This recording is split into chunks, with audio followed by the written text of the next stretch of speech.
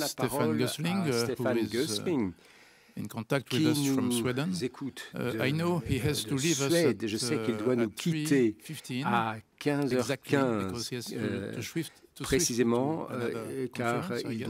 il a, je So, suppose, un autre please, engagement à cette heure-là. let's all keep the time Donc nous allons as François just did, perfectly well. respecter And now, les Stéphane, the floor délais is qui yours. nous sont imposés. Stéphane, vous avez Thank la you. parole. Is my Merci. presentation coming up? J'espère qu'on arrive à voir mes diapos à l'écran. Nous les attendons, les voici. All right. Merci beaucoup.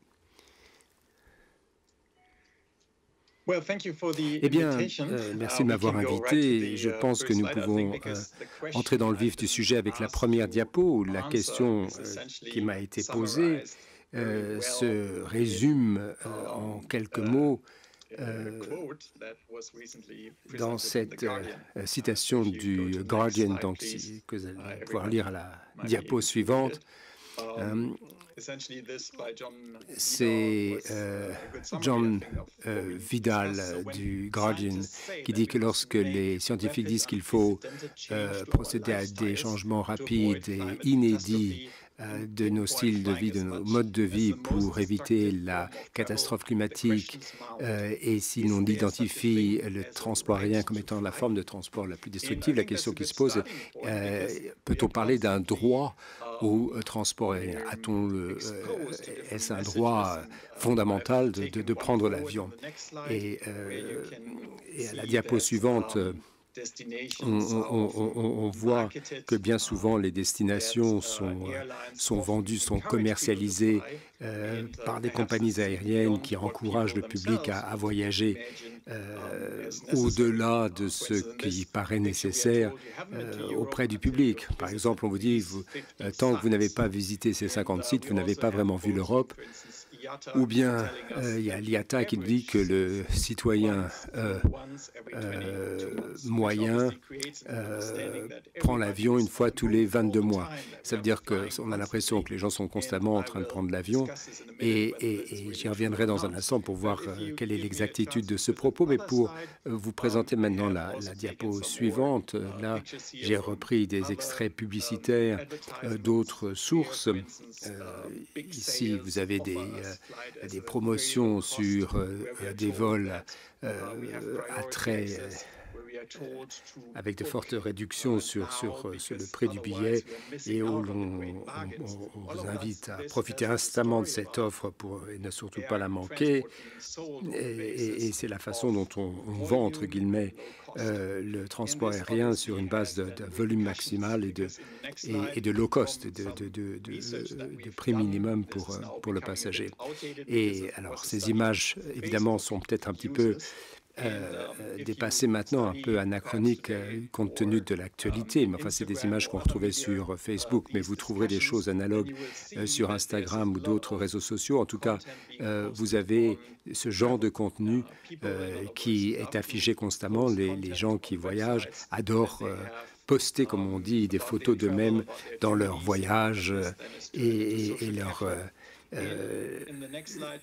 visite différentes capitales ou autres destinations. Et au départ, ce qui était une opportunité est devenu ensuite un véritable besoin. C'est-à-dire que pour rester dans un réseau, il faut avoir matière à apporter. Et là, sur Facebook, les gens doivent pouvoir présenter des photos de leur voyage, montrer où ils sont allés. Il ne faut pas se retrouver comme le canard boiteux qui n'est jamais sorti d'Europe. Donc on crée une pression sociale à travers les réseaux sociaux qui amène les gens à voyager plus que de raison. Et vous voyez que cela amène les gens à diffuser leur mode de fonctionnement de diverses façons. Il ne s'agit pas simplement d'envoyer des photos de vacances, par exemple. Déjà, ils en parlent avant le voyage, pendant le voyage, bien sûr, mais évidemment, après, rétrospectivement, ils font part de leurs commentaires, de leurs impressions. Donc, on exploite au maximum ces voyages. Et donc, ces déplacements en avion pour créer ce qu'on pourrait appeler un capital social, entre guillemets, bien sûr. Et on voit que la philosophie du voyage a été, dans une large mesure, développée par les réseaux sociaux et liée effectivement aux offres des compagnies low cost qui proposent ces billets d'avion à prix réduit.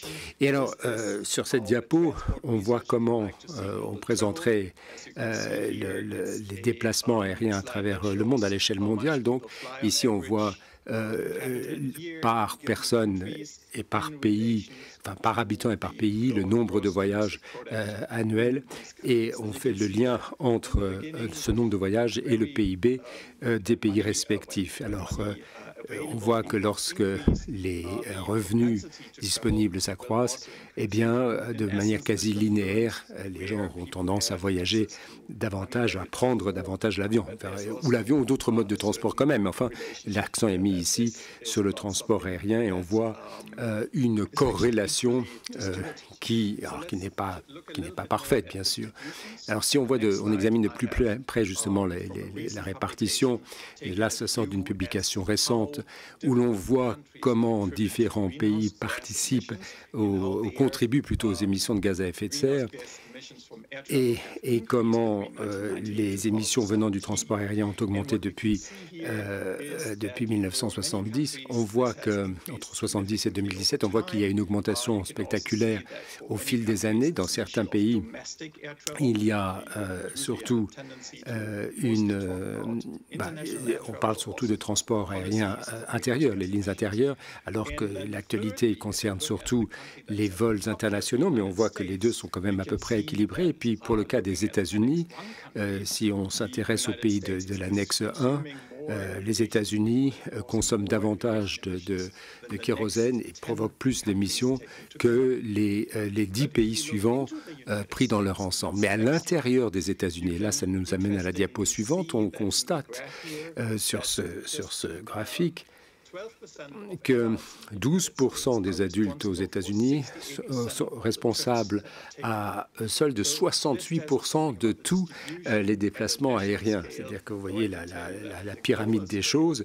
Ceci se constate au niveau du pays, mais à l'échelle mondiale, cette pyramide est encore plus pentue puisque vous avez que 4% de la population seulement, de la population mondiale, prend l'avion, prend des vols internationaux.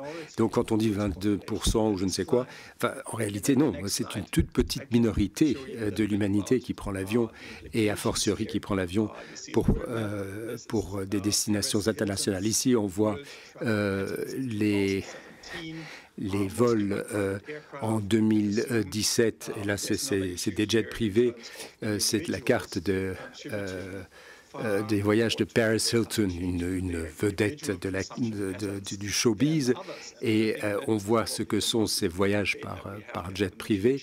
Et ça, c'est quand même le genre d'image qui est assez parlante. On regarde souvent les choses à l'échelle systémique en se disant que l'aviation ne représente que 2% des émissions de CO2. Mais ce que l'on peut constater en voyant ce qu'est la réelle distribution des choses, qui voyage, en fait, c'est une poignée de gens qui sont responsables de l'essentiel des émissions. Et on a calculé que moins de 1% de la population mondiale est responsable à elle seule de plus de 50% de toutes les émissions du transport aérien. Ici, on voit la charge des États-Unis, mais les États-Unis ne constituent qu'un petit groupe, mais vous avez un pays qui est responsable à lui seul de plus de 25% de toutes les émissions du transport aérien. Évidemment, cette donne est amenée à évoluer puisque vous avez les barres en bleu foncé qui sont plus élevées que les barres en violet clair qui montrent, bon, là, en bleu foncé, on voit les tendances futures et l'Asie semble prendre le relais, et le Moyen-Orient également d'ailleurs. Donc, mais enfin bon, ces tendances sont là et la question qui se pose sur la diapo suivante est celle-ci. Enfin, dans une étude, on s'est demander quels sont finalement les paramètres qu'il convient d'examiner si l'on veut vraiment comparer les besoins réels avec les simples désirs. Et il y a des perspectives individuelles, des perspectives sociales, et puis finalement il y a deux dimensions à regarder. D'abord, il y a une question morale, est-il justifié de voyager? Et puis ensuite, il y a la valeur économique. Est-ce qu'on est disposé à consacrer de l'argent au titre de ces transports? Alors, il y a différents paramètres qui nous permettent de mesurer la façon dont ces dimensions peuvent être considérées. Par exemple, on a parlé de flight shame, la honte de prendre l'avion avec cette dimension sociale. Est-ce qu'il est bien raisonnable de prendre l'avion par les temps qui courent? Et puis, vous avez la valeur économique qui peut entrer en ligne de compte parce que, par exemple, on pourrait dire, voilà, quelle est la part des subventions publiques qui viennent entretenir le secteur de l'aviation et dans quelle mesure ce sont ces subventions qui permettent au secteur de l'aviation de survivre en temps de crise. Et alors, à la diapo suivante, la considération qui se présente, c'est qu'il y a toutes sortes de raisons qui pourraient amener les gens à considérer l'aviation sous un nouveau prisme. Par exemple, beaucoup de gens prennent l'avion simplement parce que c'est bon marché, ça ne leur coûte pas cher. Si par exemple vous avez Ryanair vous propose des billets à des prix défiant toute concurrence, probablement vendus non seulement à perte, mais à telle enseigne que les prix des billets rapportent moins que le coût du carburant, bon, vous aurez plein de gens qui vont en bénéficier parce que sur le plan économique, ils ont tout à gagner à acheter ces billets qui leur sont vendus bien moins que leur valeur. Donc là, il y a un raisonnement purement économique. L'anecdote la plus amusante que nous ayons trouvée sur la raison de voyager, c'est quelquefois vous avez un chien que quelqu'un voulait emmener dans son avion, un jet privé, mais là c'était un vol qui était destiné à un animal. Enfin, les gens trouvaient que c'était une bonne idée de faire prendre un jet privé à son chien domestique. Alors, bon, ça c'est les raisons les plus farfelues qui amènent les gens à voyager, mais en fait, en étant un petit peu plus rationnel, ce qu'il est bon de voir, c'est le nombre de vols et l'objet du déplacement. Alors, on a fait un sondage auprès d'étudiants. On leur a demandé combien de fois avez-vous pris l'avion au cours des dernières années. Alors les gens ne le savent pas toujours. Vous aviez 29 étudiants qui avaient à eux seuls cumulé 600 vols et ils devaient se souvenir de chacun d'entre eux. 40% de ces vols étaient destinés aux loisirs, 23% rendre visite à la famille ou à des amis, 14% à des fins d'éducation, 11% pour le travail, ensuite d'autres raisons.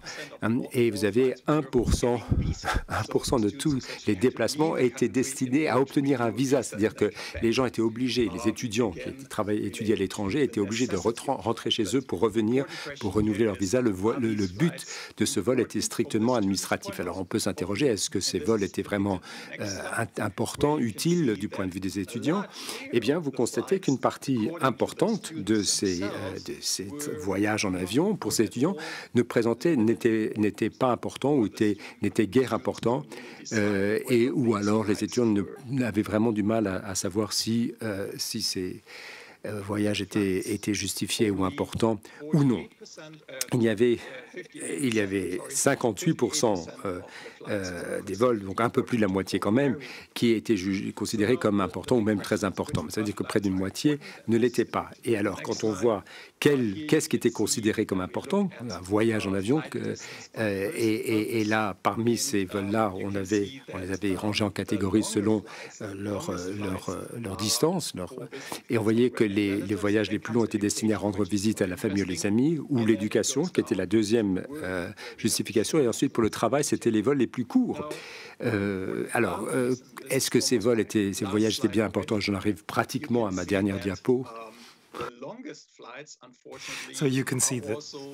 Pardon, donc vous pouvez constater que les vols les plus longs sont considérés comme pas nécessairement, ne sont pas forcément en relation avec l'importance, même si on constate qu'il peut y avoir un rapport par rapport au nombre de vols, il y a également erreur de l'interprète, donc des vols plus longs sont considérés comme plus importants par les voyageurs. Et je crois qu'on peut retirer toute une série de conclusions de ce que je vous ai présenté. J'ai essayé de les résumer ici. Il y avait une toute dernière page, mais ce n'est pas bien grave, je peux vous la résumer en 2 mots. On pourrait se contenter de beaucoup moins de vols sans que pour autant personne ne se sente frustré ou ait le sentiment de ne pas avoir accès à suffisamment de vols. Il y a un aspect qui est lié au coût assez faible des vols. Et puis pour ce qui est du changement climatique, il faudrait que les prix des vols soient beaucoup plus en phase avec la réalité, le coût réel, plutôt que d'être souvent subventionnés comme ils le sont actuellement. Il nous faut réfléchir à la façon dont nous souhaitons nous orienter, car nous avons, cela est très clair, donné la priorité à une croissance en volume, ce qui n'est pas une approche adaptée. Nous pouvons tout à fait réduire le nombre de vols total sans léser qui que ce soit. Merci. Thank you, Stéphane.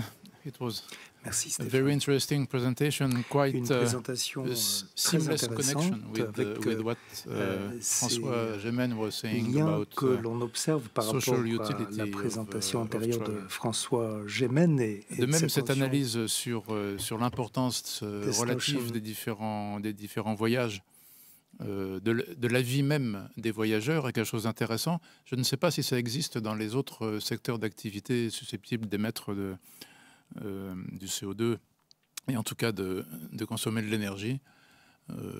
Mais en tout cas, je pense que c'est une approche qui a aussi son intérêt.